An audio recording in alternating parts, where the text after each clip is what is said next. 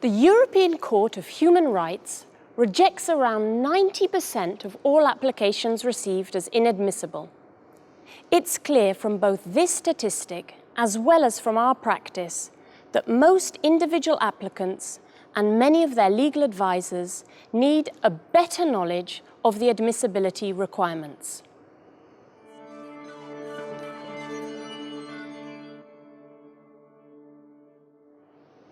For your application to be declared admissible by the court, you need to first of all provide all the information which is requested in the application form.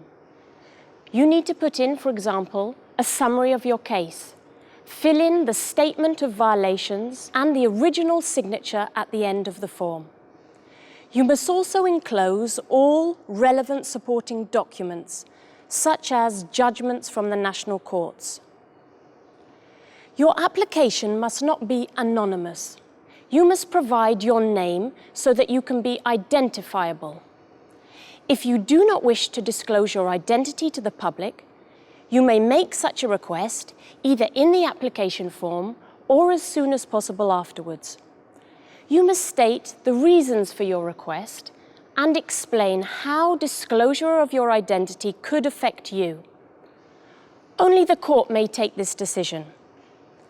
If you are granted anonymity, you shall be referred to by your initials or simply by a letter. If not, your name will appear in all documents which the court publishes online on its HUDOC database. Please remember that all documents concerning Rule 47 of the court may be found on the court's website under the heading Applicants.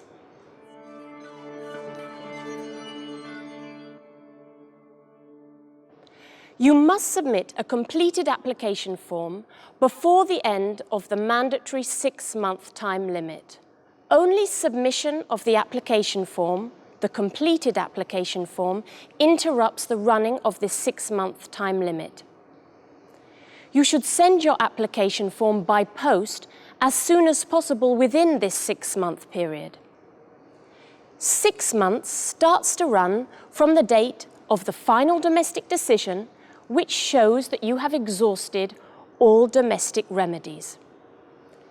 If the date of the final domestic decision is the 20th of January, you must send your application form no later than midnight on the 20th of July.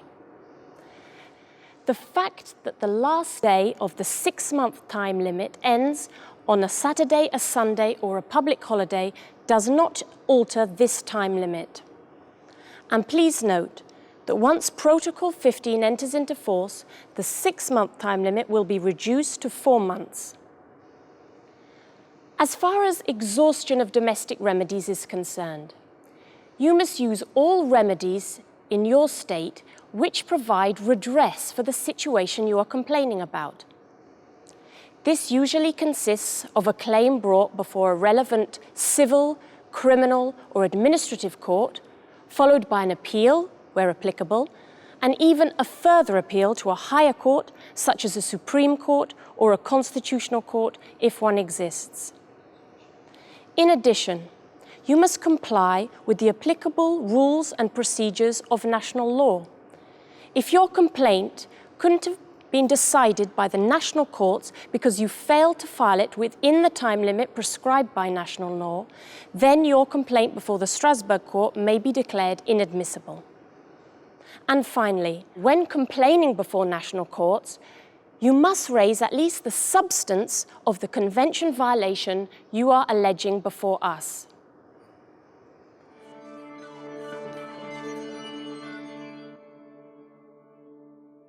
Your application may be declared inadmissible for abuse of the right of application. This is the case if you mislead the court by submitting an application under a false name, or by falsifying certain documents, or if you fail to inform the court of an important development in your case, which is essential for the examination of your case, or of new developments which have occurred during the course of proceedings before the Strasbourg court, such as a judgment in your favour. Your application may be declared inadmissible if you use abusive language such as insult, or if you breach the duty of confidentiality in friendly settlement negotiations.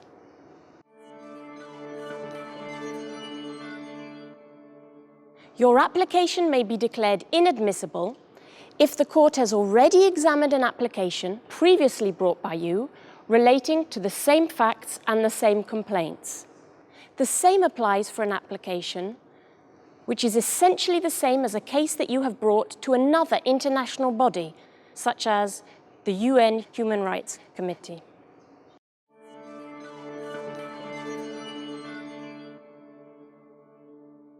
You can only invoke a violation if you are the victim of that violation.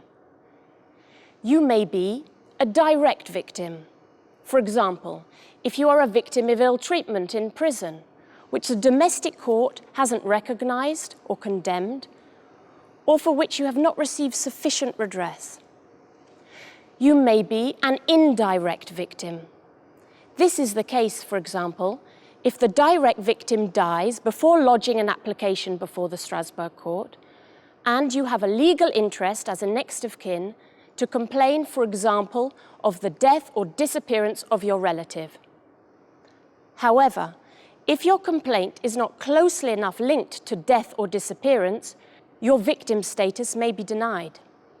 You may be a potential victim.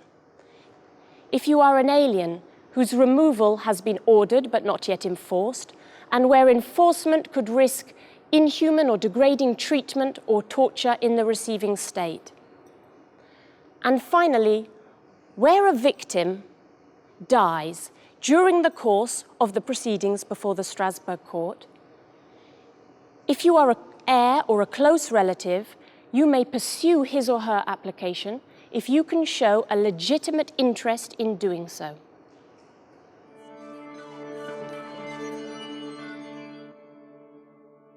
The violation which you complain about must have been committed by the respondent state in question, or in some way attributable to it.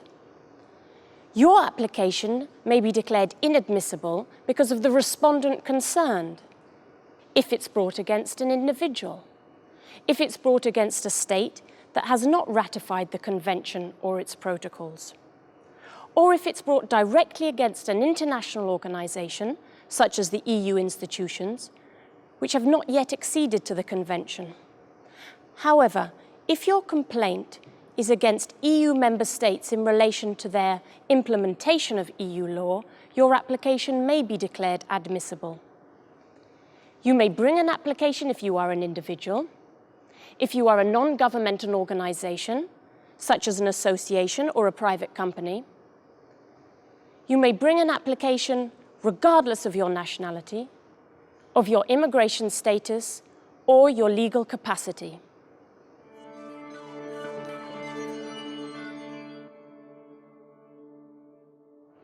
The violation which you complain about must have occurred within the territorial jurisdiction of the member state concerned, or in a territory effectively controlled by it. So, for example, a respondent state may be responsible for the acts of its diplomatic and consular staff abroad in the context of a diplomatic mission, where they exert authority and control over individuals outside of the territory of the state.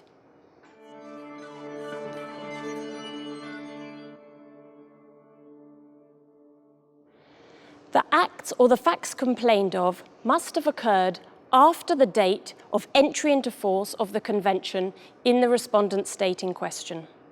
However, your application may be declared admissible if it caused a continuous situation which began prior to ratification and persisted after that date. For example, the court held that it had jurisdiction to decide on disappearances which occurred some 13 years prior to the respondent state having recognized the right of individual petition. Indeed, a disappearance is not an instantaneous act or event. And therefore, the procedural duty to investigate remains potentially as long as the fate of the disappeared person has not been established, even if his death may be presumed.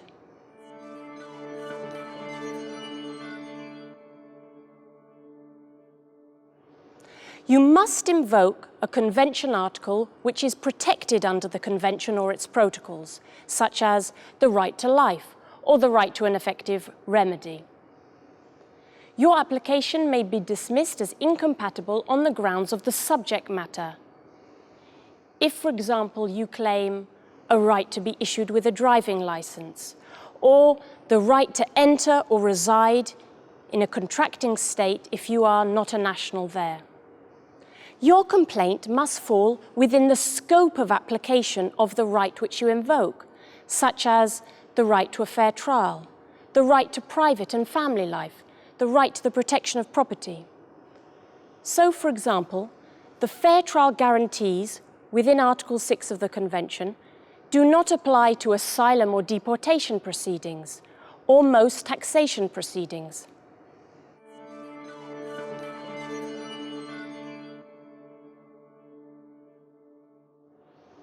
Your application may be declared inadmissible if you have suffered no significant disadvantage. This may be because of the insignificant financial element to your claim. So, for example, if you complain about non-enforcement of a judgment for €34 or salary arrears for €200. Violation of the right must attain a minimum level of severity to warrant consideration by an international court. However, there are two safeguard clauses within this criterion. Firstly, where respect for human rights requires an examination on the merits. So in one case, where the amount at stake was only €17, the court held that a judgment of principle was needed because this was the first case after a change in the national law. The second safeguard clause requires that your case has been duly considered by a domestic tribunal. So in one case, the court declared an application in respect of €70 admissible because domestic law did not provide for an effective remedy. Please note that once Protocol number 15 enters into force, this second safeguard clause will be removed.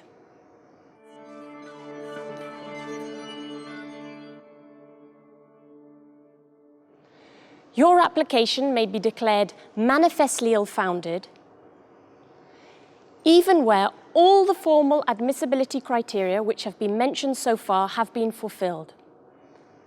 This is the case if your application discloses no appearance of a violation, or if there is settled or abundant case law in similar or identical situations also finding no violation. Your application may be manifestly ill-founded if you have failed to provide sufficient evidence to support the facts and the legal arguments which you raise. For example, if you fail to explain why the Convention article you rely on has been breached. Your application may be declared inadmissible if it's so confused that it's objectively impossible for the court to make sense of the complaints you make.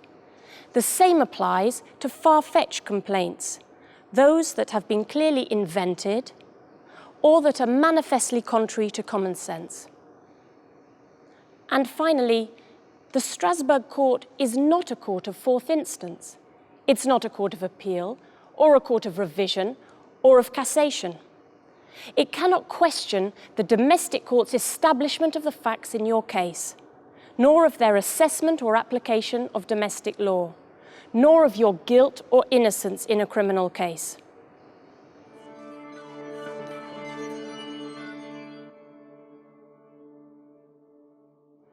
And finally, proceedings before the Strasbourg Court are free. You do not need to be represented by a lawyer, at least in the initial stages, and you may submit your application in one of the languages of the member states.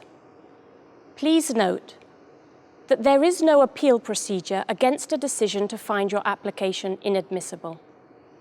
If your case is clearly inadmissible, the court will write to you in due course. If, however, your application is admissible, the court will then go on to decide whether or not your convention rights have been breached. Most decisions and judgments of the court are published on its HUDOC database.